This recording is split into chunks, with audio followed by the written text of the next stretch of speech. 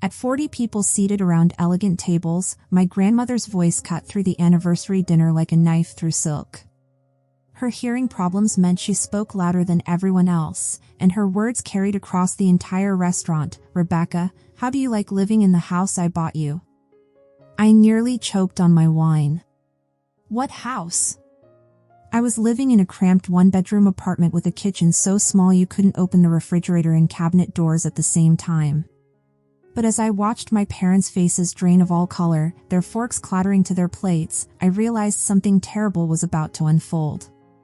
This is the story of how one dinner question exposed 30 years of lies, favoritism, and betrayal that ran so deep it made me question everything I thought I knew about family. It's about what happens when the people who are supposed to love you most decide your dreams are worth less than someone else's comfort. My name is Rebecca, and I need to tell you how I got here, because the betrayal didn't start that night. It had been building for decades, hidden behind family dinners and birthday cards, masked by the kind of casual cruelty that families excel at when they think no one's watching. Let me take you back to where it all began.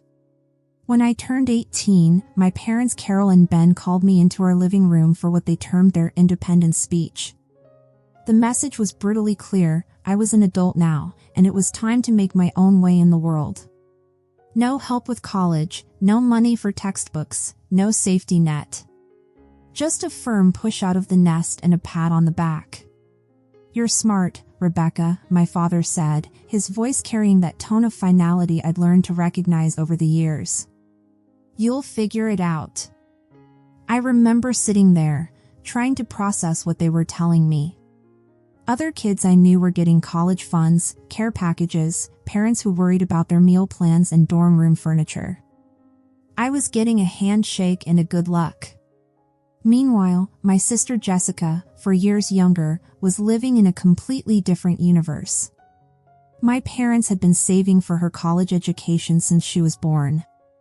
New clothes appeared in her closet regularly, not just any clothes, but the kind of designer pieces that made her friends envious. The latest iPhone whenever a new model came out, designer bags that cost more than my monthly grocery budget, whatever caught her eye. The favoritism was so blatant it hurt to witness. But I'd learned early that pointing it out only made things worse, so I swallowed that pain and kept moving forward. That's what I did, I kept moving forward. College was a special kind of hell. I shared a terrible apartment with 2 other girls, Hannah and Jane, in a building that should have been condemned years ago. The place was falling apart in ways that would have been funny if we weren't actually living there. Cockroaches scurried across the kitchen counters at night like they owned the place. The heating system broke every single winter, and our landlord treated fixing anything like a personal favor we didn't deserve. I worked at a grocery store, scanning items and bagging groceries while other students went to parties and worried about normal college problems like which fraternity to join or whether they'd make it to their 10 a.m. class. Some nights, I'd eat instant ramen and crackers for dinner 3 days straight because that was literally all I could afford. I'd walk past the campus bookstore, staring at textbooks that cost more than my weekly grocery budget, knowing I'd have to borrow them from classmates who barely knew my name or hunt for older editions online. The exhaustion was constant and bone deep. Working, studying, trying to keep my head above water while watching my classmates stress about things that felt like luxuries to me. Spring break trips to Cancun, new laptops, eating out whenever they wanted, these were foreign concepts in my world. But there was one person who saved me during those dark years, and her name was Mary. She was my dad's mother, my grandmother who lived in another state, and she was everything my parents weren't. Grandma Mary had made smart investments when she was younger and lived comfortably in a beautiful house with a reliable car and enough money to help family when they needed it. She had severe hearing problems, though, so phone conversations were impossible. We communicated through text messages instead, and those messages became my lifeline. Every few months during college, I'd get a text from her that would make me cry with relief, "Sending you some help, dear. Focus on your studies." Then $1,000 or $2,000 would magically appear in my account, and suddenly I could eat real food for a while. I could buy the textbooks I needed instead of trying to share them with classmates who had their own priorities. I'd send her long, grateful messages. Grandma, you saved my life again. I don't know what I'd do without you. Thank you so much.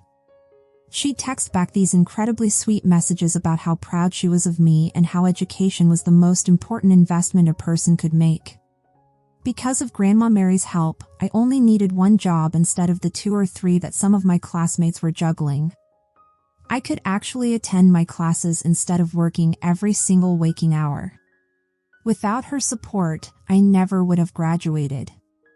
She was literally the difference between success and dropping out, between hope and complete despair. Now, 7 years later, I was still grinding away at my job, still saving every penny I could get my hands on. I wanted my own place so desperately it was almost painful, not rented, but actually mine.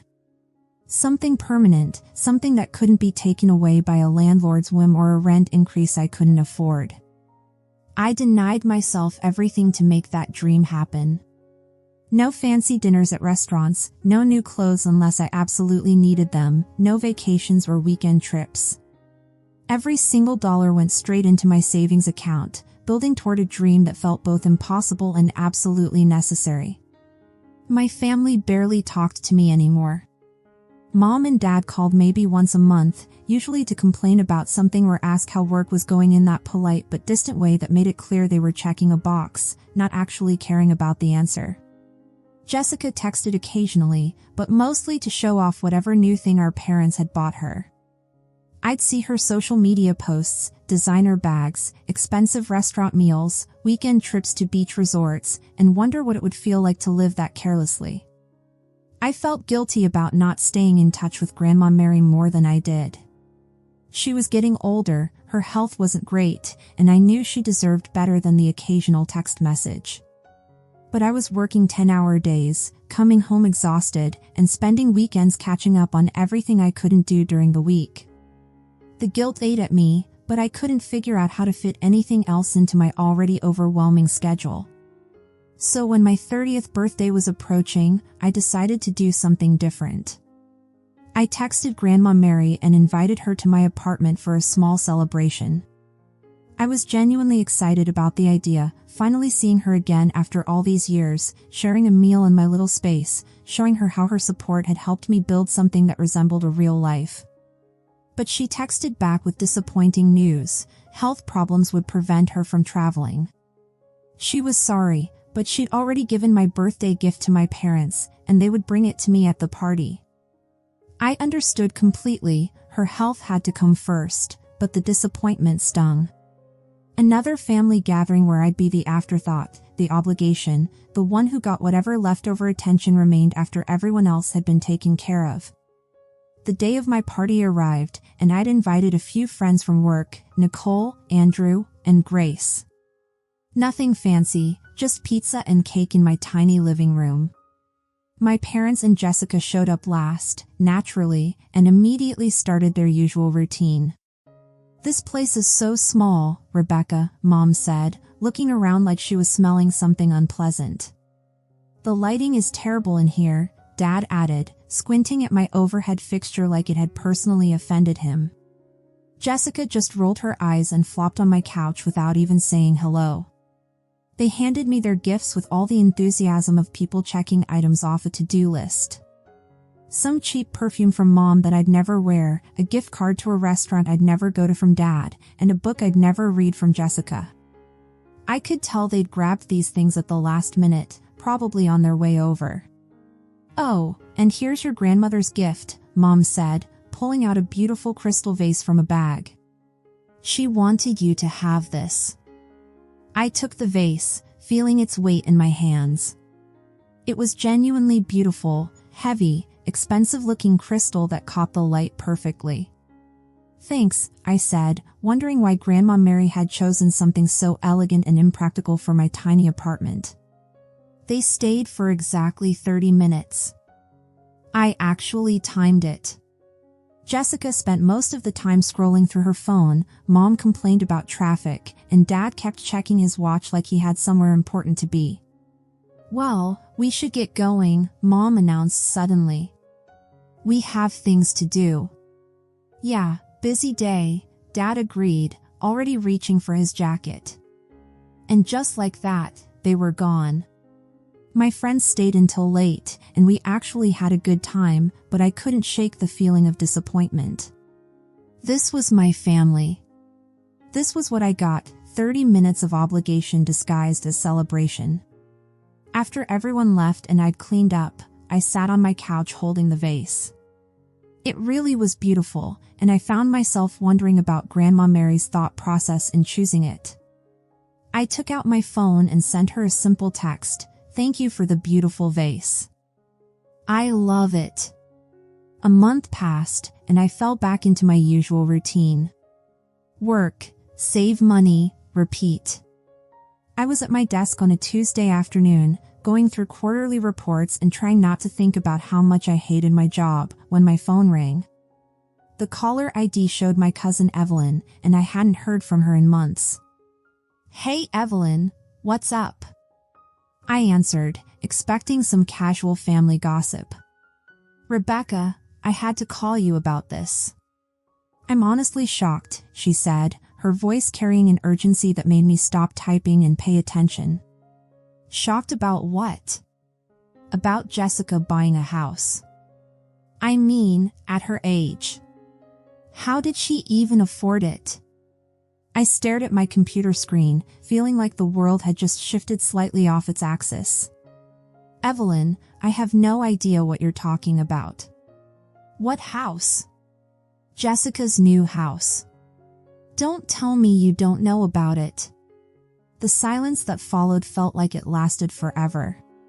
My stomach dropped as I realized something significant had happened in my family, and once again, I was the last to know. "Evelyn, I swear to you, I have no idea what you're talking about." "What house?" Her voice got softer, almost gentle. "Oh my God, Rebecca. You really don't know, do you? Jessica had a housewarming party 2 days ago. It was huge, like 50 people there. The house is beautiful. Not massive, but really nice. Everyone was asking where you were. I felt like someone had punched me in the stomach. I wasn't invited. That's what I figured when I didn't see you there. But your parents told everyone you don't like noisy parties, that you're too introverted for that kind of thing. But Rebecca, that's not even the worst part. I heard your mom talking to my mom later. She was whispering that you were jealous of Jessica because she bought a house so young. She said you were bitter about it. The anger hit me like a physical force. Jealous. Bitter. I didn't even know about the house. How could I be jealous of something I didn't know existed? Evelyn, I swear to you, I had no idea Jessica bought a house. Nobody told me anything. Jesus, Rebecca. That's so messed up. After I hung up, I sat there staring at my phone, trying to process what I just learned. My 25-year-old sister, who'd recently graduated and worked part-time at a coffee shop, had somehow bought a house. Where did she get that kind of money? How was that even possible? The next morning, I called Jessica directly. She answered on the third ring, her voice bright and casual like nothing had happened. "Jessica, I heard you bought a house. Why didn't you invite me to the housewarming party?" She actually laughed. "Come on, Rebecca. You know you don't like parties." "That's not true, and you know it." "I would have come if you'd invited me." "Whatever. It's not that big a deal." I took a deep breath, trying to keep my voice steady. "Where did you get the money to buy a house, Jessica?" The line went quiet for several seconds. When she spoke again, her voice had changed completely, cold and sharp. "Mom and Dad gave it to me. And it's none of your business anyway. I have to go." She hung up before I could respond, leaving me holding the phone and staring at the wall. Mom and Dad gave it to her. The same parents who'd refused to help me with college, who'd given me an independent speech at 18, had apparently handed Jessica enough money to buy a house. The next 3 months were absolute torture. Jessica kept posting photos of her house on social media with captions like, "So grateful to my amazing parents for making this possible." Every single post felt like a deliberate slap in the face. I'd stare at the pictures of her beautiful kitchen, her spacious living room, her perfect little garden, and think about my college years. The instant ramen and crackers dinners, the broken heater, the nights I'd cried from exhaustion and stress while my parents were apparently saving money to buy Jessica a house. Then Mom and Dad's 35th wedding anniversary approached. I actually wanted to go to this one, despite everything that had happened. I even bought them a nice present, an expensive picture frame with their wedding photo in it. It cost me almost $200, but I thought it would be meaningful, something that showed I still cared about our family despite the growing distance. I saw the announcement on Mom's Facebook page about the upcoming anniversary party, complete with the date and venue, some fancy restaurant downtown. Strangely, they never called me directly or sent an invitation, but I figured they were just busy with planning. 3 days before the anniversary, I got a text from Grandma Mary that made my heart skip, feeling better these days. Looking forward to celebrating Ben and Carol's anniversary. Will be wonderful to see you in person again, dear. I know you've been so busy with work we haven't had a chance to visit. I was so excited. Finally, a chance to see Grandma Mary again and celebrate something as a family. Maybe this could be a turning point, a chance to reconnect and move past whatever weird dynamics had been building. But the next day, my phone rang. It was Mom. "Hi, Mom. I'm looking forward to the anniversary party. I already bought you and Dad a gift." Rebecca, her voice sounded strained, uncomfortable. "We need to talk about Saturday. We've decided we don't want you to come." I almost dropped the phone. "What do you mean you don't want me to come? We had to reduce the number of seats. You don't really need to be there. You can come to our house some other time and congratulate us." "But why don't you want me?" She'd already hung up. I sat there holding my phone, completely shocked. In the past, I would have been hurt and just stayed home, accepting this as another example of how little I mattered to them. But this time was different. Grandma Mary was going to be there. I hadn't seen her in years, and she was expecting me. I wasn't going to let my parents keep me from seeing the one person in my family who actually cared about me. The next day, I sent their anniversary gift by courier with a note hoping they'd have a wonderful celebration. Then on Saturday, I put on my best dress and drove to the restaurant. When I walked into the dining room, I saw about 40 people sitting at elegantly set tables. Grandma Mary was already there, sitting in a place of honor near the front. She looked smaller than I remembered, more fragile, but she was wearing a beautiful blue dress and her hair was styled perfectly. She looked dignified and graceful, exactly as I remembered her. The moment my parents saw me, panic flashed across their faces. Mom rushed over, her voice urgent, and whispered, "Rebecca, what are you doing here? I told you not to come. Please just leave. This is not the time or place." Dad appeared behind her, his face flushed. "Please, Rebecca. This is not the time or place for whatever this is." But then Grandma Mary's voice cut through the restaurant like a bell. Because of her hearing problems, she spoke really loudly, and her words carried across the entire room. "Rebecca! Oh, my beautiful granddaughter. I'm so happy to see you." Every head in the restaurant turned to look at us. Mom and Dad froze, their faces pale. "Ben, Carol, bring Rebecca over here to sit next to me right now. I haven't seen this girl in far too long." With 40 pairs of eyes watching and forced smiles plastered on their faces, my parents had no choice. They walked me over to Grandma Mary's table, making Jessica move across the table so I could sit next to my grandmother. "There's my girl," Grandma Mary said, squeezing my hand with surprising strength. "Now this is a proper family celebration." The dinner began, and everyone tried to act normal, but I could feel the tension radiating from my parents' table like heat from a fire. They kept shooting nervous glances at Grandma Mary and me. Jessica was glaring at me from across the table like I'd ruined her entire evening just by existing. The guests made lovely toasts to my parents' long marriage. Uncle Henry talked about how generous and caring they'd always been. Aunt Audrey mentioned what wonderful parents they were. I sat there listening to all these compliments about my parents and wondered if these people were talking about the same Carol and Ben I knew.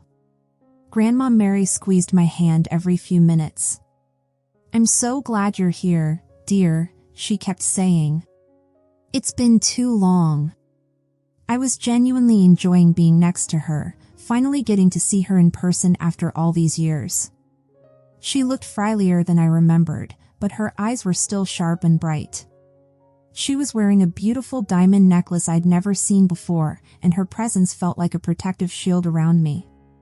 About halfway through dinner, after the main course had been served, Grandma Mary turned to me. Her voice, as always, was loud enough for the entire restaurant to hear. "Rebecca, how do you like living in the house I gave you for your 30th birthday?" The entire restaurant went silent.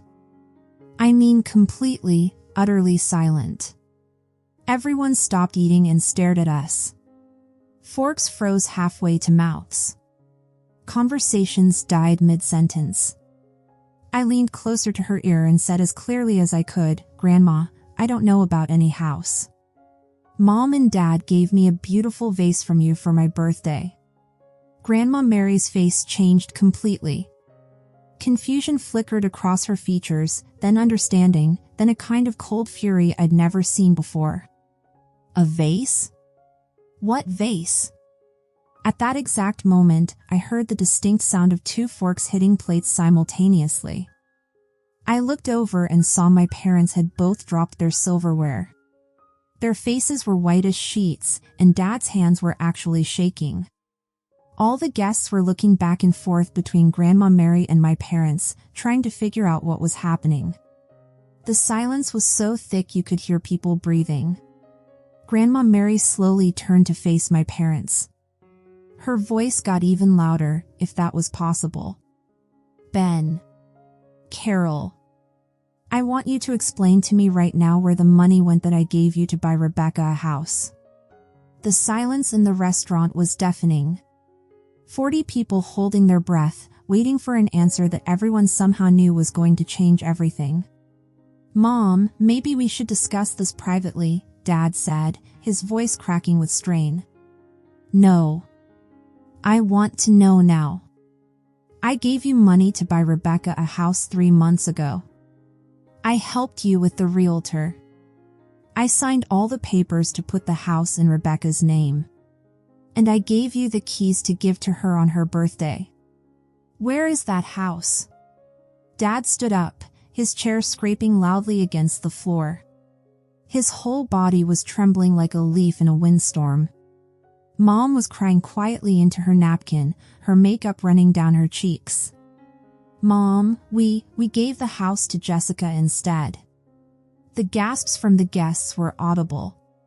Someone's wine glass clinked as they set it down too hard on the table. I heard a woman whisper, "Oh my God," somewhere behind me. "What?" Grandma Mary's voice was so loud I thought the windows might shatter. Jessica suddenly jumped up from her chair, her face flushed with anger and panic. "That house is mine. Mom and Dad gave it to me. I'm not giving it to anyone." "Jessica, sit down," Grandma Mary commanded, her voice carrying the authority of someone who'd raised children and wouldn't be questioned. "That house was bought for Rebecca with my money." "I don't care." Jessica was standing by the table now, crying and screaming. "It's my house now. I've been living there for months. You can't just take it away from me." Grandma Mary stood up slowly, her movements deliberate and dignified despite her age. She motioned to my parents with a gesture that somehow conveyed both authority and deep disappointment. Ben. Carol. Come here right now. My parents looked at each other with the desperate expression of people who knew they were about to face consequences they couldn't escape. They reluctantly walked over to where Grandma Mary was standing. She pressed her hearing aid and leaned in close to them. Her voice dropped to almost a whisper, which was unusual for her. I couldn't hear what she was saying, and neither could anyone else in the restaurant, but I could see my parents' faces getting paler and paler with each word. Dad started nodding frantically, like he was agreeing to something he didn't want to agree to. Mom put her hand over her mouth like she was going to be sick. After about 2 minutes of this quiet but obviously intense conversation, my parents walked back to their table. They looked like they'd seen a ghost. Dad's hands were still shaking as he stood up and addressed the room in a voice that cracked with strain. Everyone, thank you for coming tonight. We appreciate you celebrating with us, but we need to end the party now. It's time for everyone to go home. The guests started gathering their things, whispering to each other about what they'd just witnessed. I heard fragments of conversations as people walked past our table. Did you hear what she said about a house? That poor girl. They gave her house to the sister? What kind of parents do that? I turned to Grandma Mary, who was gathering her purse with movements that seemed both tired and determined. Would you like to come stay at my apartment tonight? Yes, dear. I don't want to stay with them after what they've done. That evening, Grandma Mary and I sat in my small living room and had the longest, most honest conversation we'd ever had. She told me things that made my blood run cold. I gave them $60,000 to buy you a house 3 months ago, she said, her voice heavy with pain. I went through all the paperwork, worked with the realtor, made sure everything was in your name. I even gave them the keys to give to you on your birthday. But they gave me a vase instead, I said, and we both started laughing at the absurdity of it all. Your father has been using my personal bank account for years, she continued. Whenever they needed money for Jessica's things, for their own expenses, they would just take it. I trusted them because Ben is my son. The next morning, my parents showed up at my door with a set of keys. Dad couldn't even look at me as he handed them over. These are for you, he said quietly. The house keys. I took them without saying anything. What was there to say? A week later, I drove to my house, my actual house, the house that was supposed to be mine all along. It was small but beautiful, with a little front yard and flower boxes under the windows. When I walked inside, I could see that my parents had clearly chosen and decorated it with Jessica in mind, not me. The kitchen had pink accents everywhere. The bedroom was painted lavender, Jessica's favorite color. But it was mine now, and I was going to make it feel like home. 6 months have passed since that terrible anniversary dinner. I haven't spoken to my parents or Jessica since, and I don't miss the drama, the favoritism, or the constant feeling that I wasn't good enough. My house is really starting to feel like home now. I painted over the pink and lavender with colors I actually like. I planted a small vegetable garden in the backyard where I can watch things grow and thrive under my care. Most importantly, I've been visiting Grandma Mary regularly. Every other weekend, I drive to her state and spend time with her. We cook together, watch old movies, and talk about everything. You're the granddaughter I always hoped you'd be, she told me last month. Smart, independent, and honest. Your parents raised Jessica to be entitled and spoiled, but somehow you turned out different. For the first time in my adult life, I'm truly happy. I have my own home, financial security, and a relationship with the one family member who actually loves me. It took 30 years and a catastrophic family dinner, but I finally got what I deserved. Sometimes the most painful betrayals lead us to exactly where we need to be. Sometimes losing the family you thought you had helps you find the family you actually deserve. Thanks for listening, and if you liked this story, share it with others, and don't forget to comment and subscribe for more stories about family secrets, second chances, and finding your worth when the people closest to you fail you. Sometimes the loudest truth comes from the quietest voice.